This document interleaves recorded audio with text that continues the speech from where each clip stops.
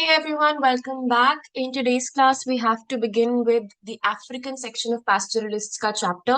Iska Indian section we've already covered in another class, and today we'll just talk about the African section, right? As far as your NCERT is concerned, we're starting from page number 108.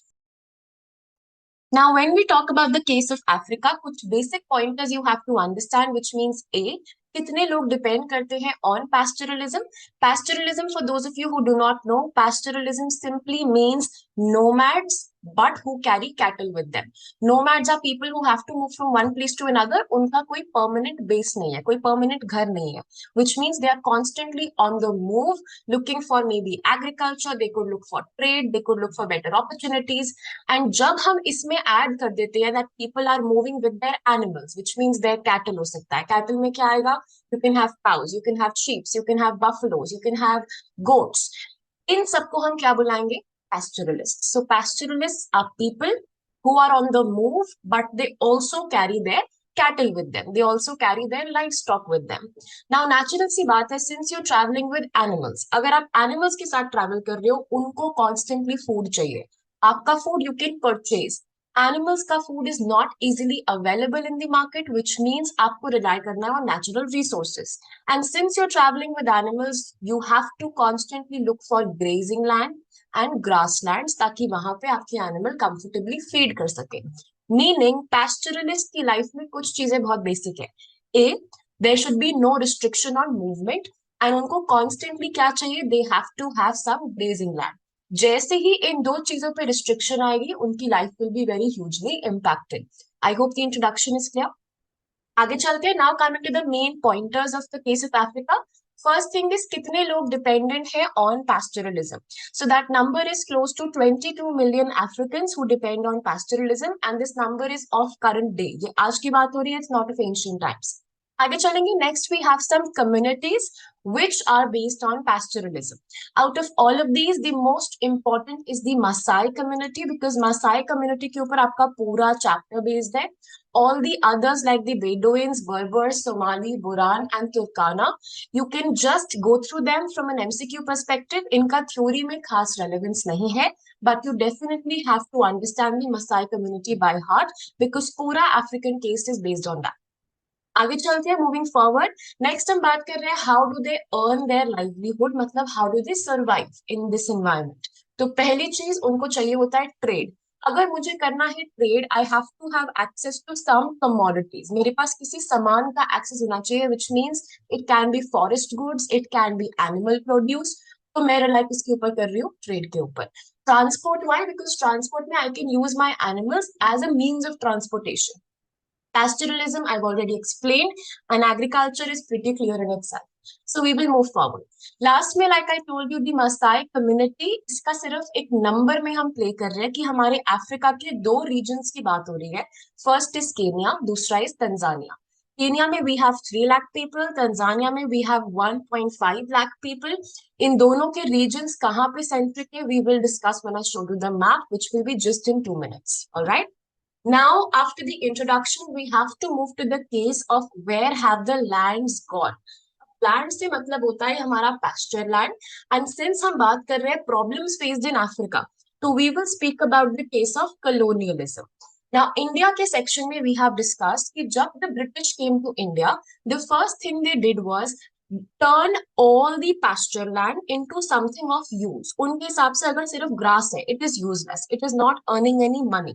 Meaning, अगर मुझे उस grass को किसी productive चीज में use करना है, या तो मैं उसको turn कर दूंगी into an industry, कोई construction कर दूंगी, factory बना दूंगी, और I will turn that land into agricultural fields. तो वही impact जो हमारा इंडिया में था, similar lines पे उस impact को हम पढ़ेंगे in the African case. So in African case, we have 5 main pointers, with the last one being more of a conclusion. So let's start now. Next आपकी बात हो रही है where have the grazing lands gone, and इसके अंदर first thing that you have to understand is कि Maasai land stretched from 2 areas. First is North Kenya, दूसरा है North Tanzania. On the map it looks something over here. Can we see this faint square box which I've highlighted? इस square box के अंदर आपके दो main areas हैं of significance. The first one is this one. This is Kenya. And the second one is this one, which is Tanzania. ये आपकी बात हो रही है before the colonial times. So पूरे इस बॉक्स के अंदर, more specifically in the blue regions which I have marked, you had the Maasai community which was moving a lot between these two areas. अब जो आपकी मसाई कम्युनिटी है, इनको habit है from north of Kenya to north of Tanzania बहुत shuffle करने की into their movements. लेकिन जैसे ही आपकी आती है गवर्नमेंट्स, कॉलोनियल गवर्नमेंट, अब यहाँ पे क्या केस चल रहा है, आपकी बात हो रही है यूरोप की. Now Europe at this point is extremely independent and Europe is extremely powerful. Meaning उनको चाहिए और कॉलोनीज. कॉलोनीज मतलब they have to take over a territory, use their resources, establish a base in another country. तो आपका पूरा Europe, different different countries, you can have Britain, you can have German, you can have France, all these different regions are trying to conquer some or the other land in Africa. तो जब हमारा बहुत सारी countries fight कर रही हैं over the same land in Africa, what happened was there was a division between the African territories. अब हुआ क्या, आपका फर्स्ट पॉइंट में मसाई का जो लैंड था, the square box which we discussed, इसमें आपका जो ब्रिटिश कीनिया है, ब्रिटेन ने टेक ओवर कर लिया कीनिया को एंड जर्मन्स ने टेक ओवर कर लिया तंगानिका को. Tanganyika is simply another name for Tanzania which was used in that time. तो आपके अलग अलग European powers, namely British and Germany, इन दोनों ने कैप्चर कर लिया different different parts of the Masai community. Now since दो अलग कंट्रीज इनको रूल कर रही हैं, ऑब्वियस सी बात है वो अपनी टेरिटरी को डिफाइन करने के लिए एक बॉर्डर बनाएंगी. तो उन्होंने क्रिएट कर दी एक division which meant that Maasai community के पास अब मूवमेंट पे इतना फ्रीडम नहीं था. They had to remain in one particular area only. I hope that's clear. आगे चलेंगे. नेक्स्ट हम बात कर रहे हैं the grazing lands were taken over by the whites. Meaning जितना भी लैंड अच्छा था, it had very rich grazing land, very rich grasslands, very lush green environment. सारा वो लैंड किसने टेक ओवर कर लिया, आपका व्हाइट्स ने. व्हाइट्स मीन्स चाहे वो ब्रिटिश हो चाहे वो जर्मन हो. एंड सारे जो आपकी लोकल कम्युनिटी थी, उनको हमने पुश कर दिया इनटू दोज रीजन्स जो एरिड थे in nature. Arid meaning they were dry and they had no pastures. बारिश बहुत मुश्किल से आती है. And since there is no rain, natural सी बात है वो काफी ड्राउट प्रोन एरियाज होंगे. मीनिंग वहां पे ग्रास इतनी ओपनली ग्रो ही नहीं करेगी. तो मतलब क्या हुआ, मसाई कम्युनिटी का most of the good land was taken over by the whites and they were left into a very very small area जहां पे आपका कोई स्कोप नहीं है of having good quality pasture. आगे चलते हैं. नेक्स्ट हमने बात करी अबाउट कल्टिवेशन. तो आपकी जो ब्रिटिश गवर्नमेंट है वो फोर्स कर रही है लोकल पेजेंट्स को कि आप क्या करो, सारे पास्चर्स को, since pastures and grazing land मुझे कुछ दे नहीं रहे in return, I have no means of making money out of it, तो उसको आप टर्न कर दो into what, cultivation fields. Cultivation fields मतलब एग्रीकल्चरल ग्राउंड्स, कुछ ग्रो करो ताकि कमाई हो. सो उन्होंने सारे पास्चर लैंड को, almost all the area where they were settled was turned into cultivation fields. आगे चलेंगे. नेक्स्ट पॉइंट बात कर रहा है क्रिएशन ऑफ रिजर्व्स. रिजर्व्स का मतलब सिंपली है some kind of a wildlife sanctuary और अ नेशनल पार्क. तो उन्होंने रिस्ट्रिक्शन क्रिएट करने के लिए क्या क्रिएट कर दिए, national parks and some kind of reserves. इसमें Maasai Mara national park is extremely famous. It's a very very important tourist spot also in today's day and as, specially in Kenya. Then you have Samburu national park in Kenya, you have Serengeti Park in Tanzania. All these three are present day very famous tourist spots in Africa. इन सबको create किसने करा था, आपके British and German governments ने in different different parts. And since यहाँ पे अब मैंने रिजर्व ही बना दिया, तो ऑब्वियसली मैंने बॉर्डर्स बना दिए, मैंने वॉल्स इरेक्ट कर दी. मीनिंग पैस्टोरलिस्ट अब अंदर घुस ही नहीं सकते, वो एनिमल्स नहीं एक्सट्रैक्ट कर सकते, वो ग्रेज नहीं करा सकते, वो फॉरेस्ट का सामान नहीं इकट्ठा कर सकते, तो उनका ट्रेड भी नहीं हो पा रहा, पैस्टोरलिज्म भी नहीं हो पा रहा. तो उनकी लाइफ पे बहुत ह्यूज इम्पैक्ट है. Are we clear with this much?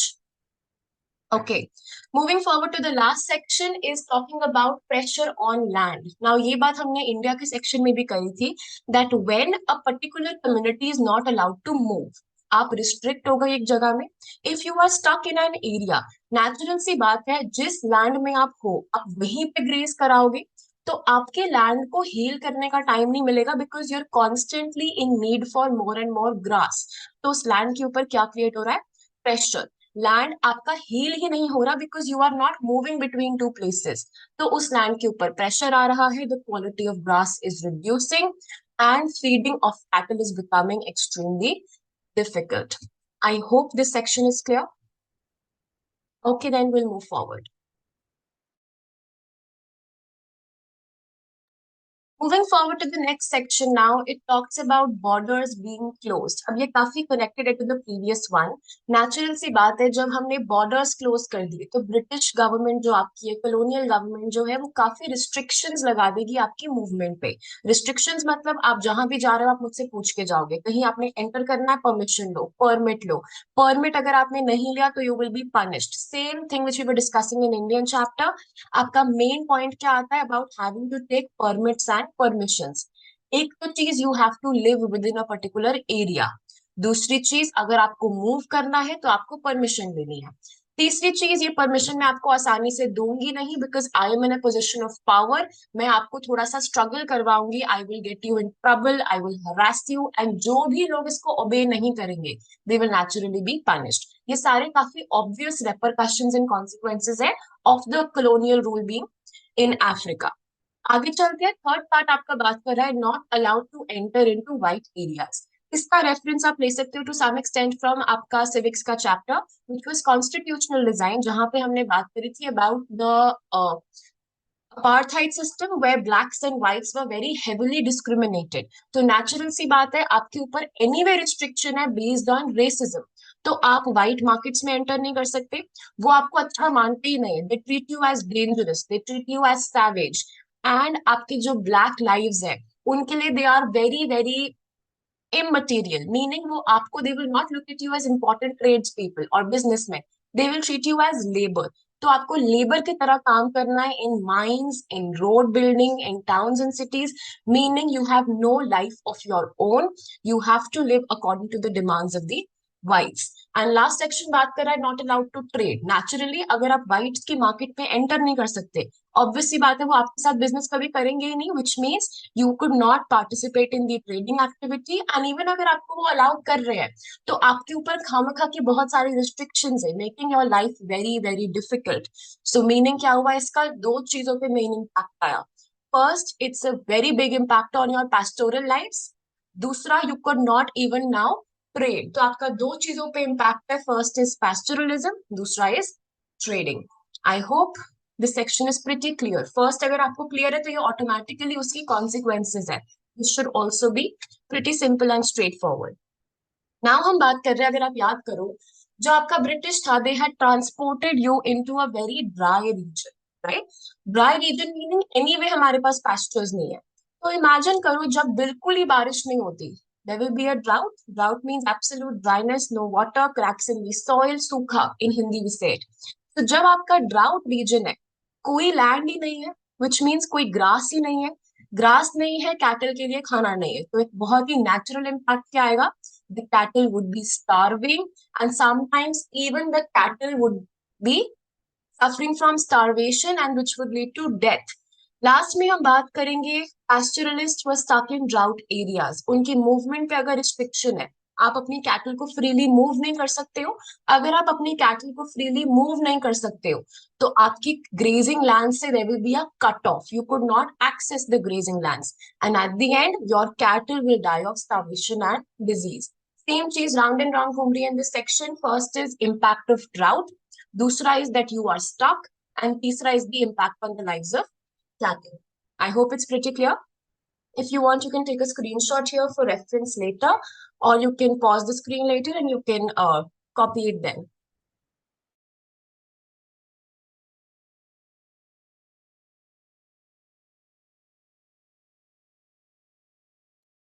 All right. Moving to the last section of this chapter, आपका ये completely different part है. अभी तक हम बात कर रहे हैं colonialism, उनकी life, pastoralist, cattle, droughts, areas, etc. Last जो आपका टॉपिक बात कर रहा है इस चैप्टर में, that is about how there was a differentiation within the Masai community. ये टॉपिक थोड़ा सा डिफरेंट है, so please pay attention, right. आपका बिफोर द ब्रिटिश और German had entered Africa, Maasai community में दो पार्ट्स थे। एक था आपका एल्डर्स का, दूसरा was the warriors. Now elders, like the name suggest, these were the aged people, थोड़े ओल्ड पीपल, एंड इनका काम was simply to discuss the matters in the community, dispute settle करना, like the big responsible people, right. और जो दूसरे आपके हैं warriors, again like the name is pretty clear, warriors का काम है to protect the community, to again enforce their power, और ये पावर वो enforce करते हैं through a very strange concept. Now आपके जो वॉरियर्स हैं, उनको क्योंकि अपनी कम्युनिटी को डिफेंड करना है एंड अपनी पावर को शोकेस करना है, इनका काम है to organise cattle raids. Now cattle raids is pretty easy to understand, but questions काफी फ्रिक्वेंटली आते हैं फ्रॉम दिस, तो please mark it as important. Cattle raid का मतलब होता है, अगर फॉर एग्जाम्पल मेरी कम्युनिटी है ए, आपकी कम्युनिटी है बी, मेरे पास 10 cows है, आपके पास 10 cows है, राइट।